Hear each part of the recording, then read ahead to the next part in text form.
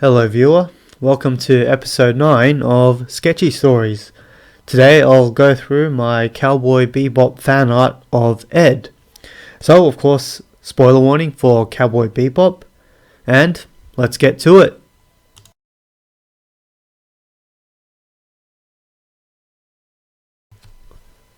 Put simply, Cowboy Bebop is about a group of bounty hunters, nicknamed Cowboys, who are pretty much trying to make ends meet, going on wacky and sometimes dangerous adventures. The main focus of the story is on the characters themselves, who all have a somewhat tragic past, and the anime gives glimpses of each of their, character, as well as how they interact with the world around them. Bits of their past are revealed, which then sort of reveals why they act a certain way, and sort of gives you an idea of how they will act in a certain situation. Focusing on Ed, her past isn't really tragic, at least compared to the others. However, it's still not that great. Her dad left her at a daycare center when she was 6 because he was forgetful. And then from there, Ed wandered around and stumbled upon an orphanage. She lived there for a bit, then headed out on her own, discovering she was gifted with computers. From there she eventually encountered the Bebop crew and decided to join them on their adventures. In fairness, her father, Apple Deli, yes, that's his name, according to the Cowboy Bebop wiki page, actually did forget to pick up Ed at the daycare center. And he even tried to look for her in the orphanage, I believe coincidentally on the day after Ed left. And you can watch the anime to see if I'm wrong about it. But anyway, the reason he forgot to pick up Ed is because his work involves mapping and finding patterns of meteor storms that occur on a futuristic post-disaster Earth. I believe mostly to make it more inhabitable. And when they do reunite late in the anime, Apple Deli does offer to take Ed with him, but runs off seeing a meteor land a few kilometers or miles away. Eventually, Ed decides to leave the Bebop to follow her dad. So from there, you can make the argument about whether Apple Deli's work is noble or not. But still, at least in my opinion, forgetting to pick up Ed is a big parenting mistake, to say the least. Anyway, so back to Ed. I decided to draw her since she is the most light-hearted one in the group despite her not so good past. And I wanted to make a light-hearted pun about her character. Her character design as well, in my opinion at least, is the simplest out of the main cast, so I feel I could take some shortcuts in drawing her, and it would still fit the character of Ed. Don't get me wrong, I still appreciate Ed as a character in the series.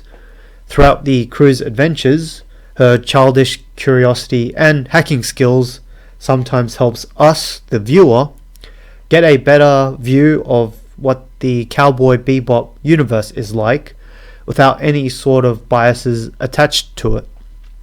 Given these glimpses of what we are given in the anime, we can make our own judgments on it. Also, there are other times Ed, of course, does her random antics, usually as a foil to the main cast and for comic effect. I wouldn't say though she's the comic relief, as many others may say.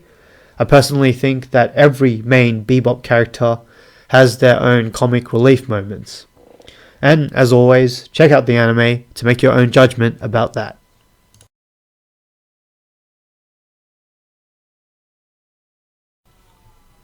Alright, I feel I've Ed out my inspiration enough. Time to move on to the inking process. My unique flair in the drawing was having Ed using a laptop from our world, as I believe they don't appear in the Bebop universe.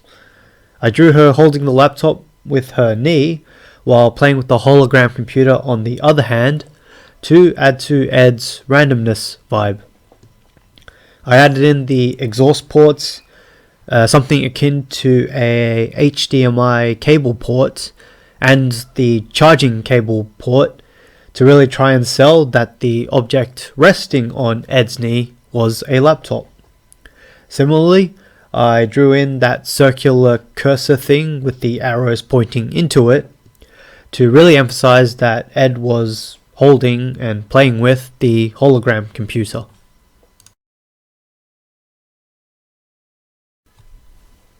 I drew Ed's head as tilted to show her quirkiness, as she's not the type to sit or stand still. Of course, I'm going to have to carry the weight of not detailing her ears on her face. But speaking of face, I had her smiling and winking to portray her happy-go-lucky demeanor. And hopefully I also managed to imply her cheeky side, which we all know she does have.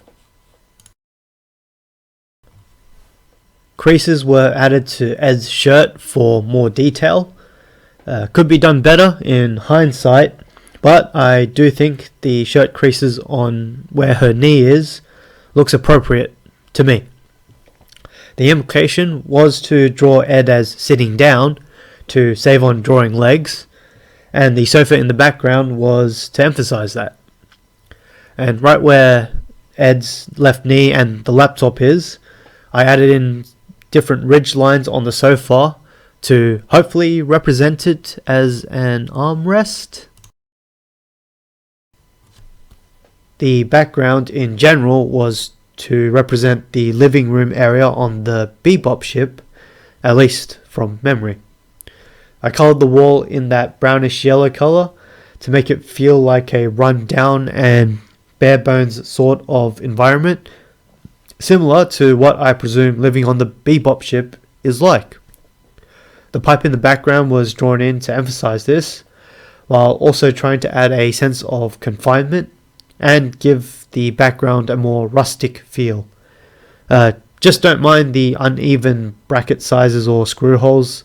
That's just me needing to improve on the drawing. This fan art still comes from the question-answer era, where it asked, "Why should you go to Ed for computer troubles?" being answered with, "Because working with computers is child's play for her."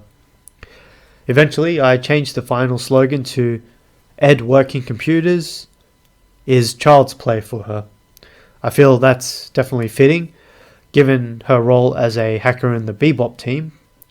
And I really tried to come up with a general pun that most people who know of Cowboy Bebop could compute with.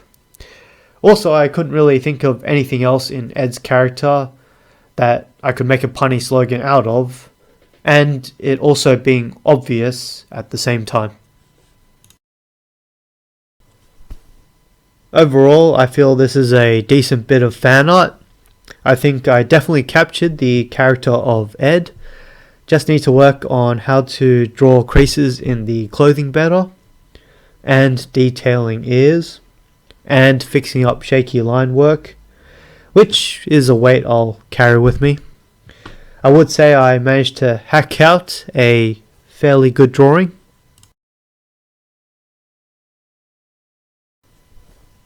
Alright, that's it for today. Hope you got some background noise out of it, or a good story of my fan art. Thanks for watching, and hope to see you in the next vid.